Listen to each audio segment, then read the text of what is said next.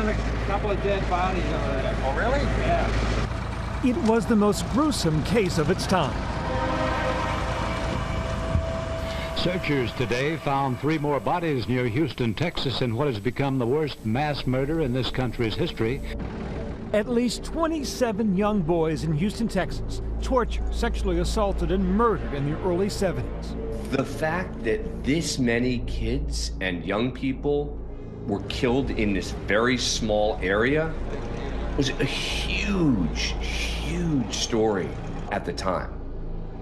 The perpetrator, Dean Corll, known as the Candyman Killer, eventually killed by one of the 2 young boys who say he coerced them into helping him commit his crimes. The grisly story broke yesterday when the teenager named Elmer Henley told police he had killed a mass murderer, leaving devastated families behind. We parted. He said, "I love you," and I said, "I love you too, son. See you in the morning." Now, 50 years later, that accomplice, Elmer Wayne Henley, and his story are being re-examined. And so here's what sticks with me, what hurts me. I believe that I was originally taken over to Dean's as a victim. What scares me is that did Dean recognize a fellow psychopath?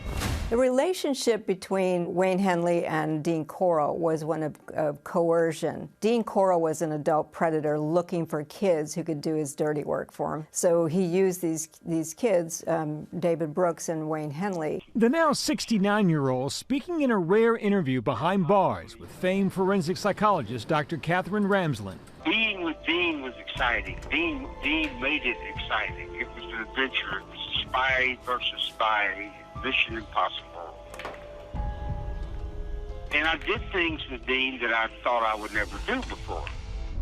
How did he trigger you into behavior that was not something you would have normally done?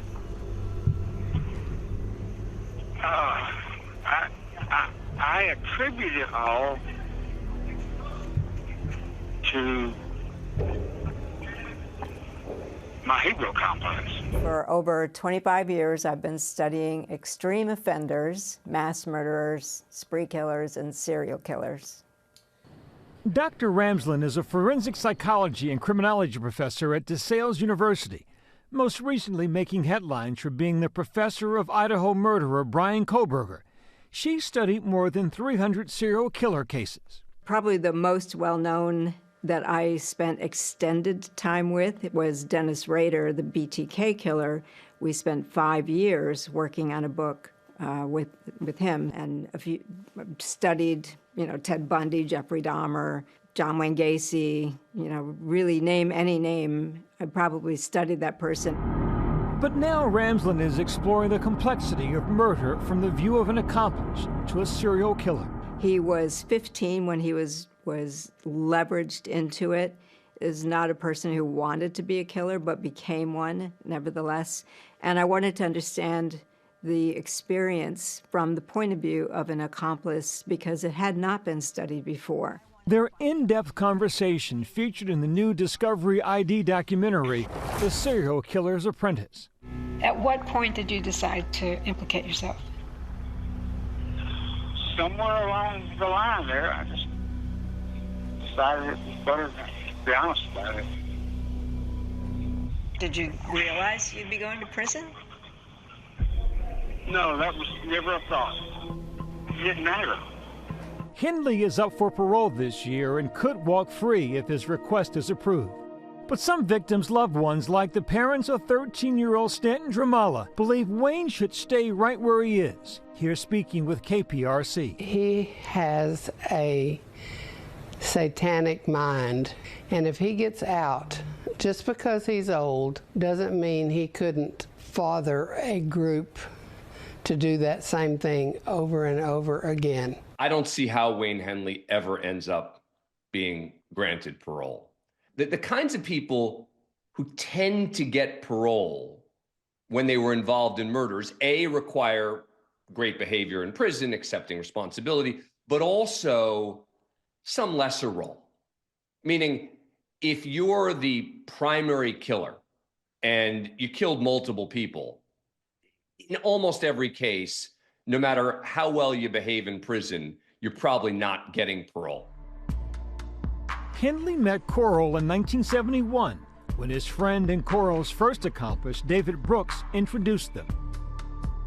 Let me tell you the first thing that Dean ever said to me other than hello.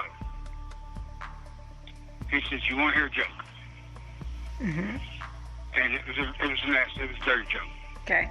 And I thought that was cool. It's a common test that predators use to kind of test the limits. If they laugh, if they think it's cool that they were told this dirty joke when they're just little kids, then he can keep going. They condition them to get used to certain things that are transgressive, little by little. Corll's family owned a local candy store and were well respected around town. That would give the 33-year-old that infamous nickname, the Candyman Killer. Police say he used his reputation and friendly demeanor to lure many other young boys and teenagers to his home.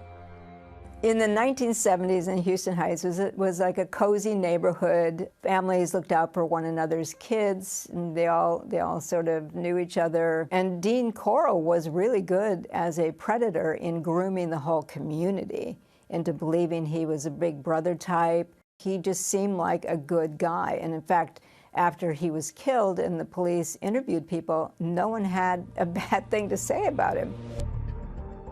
But after killing 6 of Corll's victims, Henley turned the gun on Corll.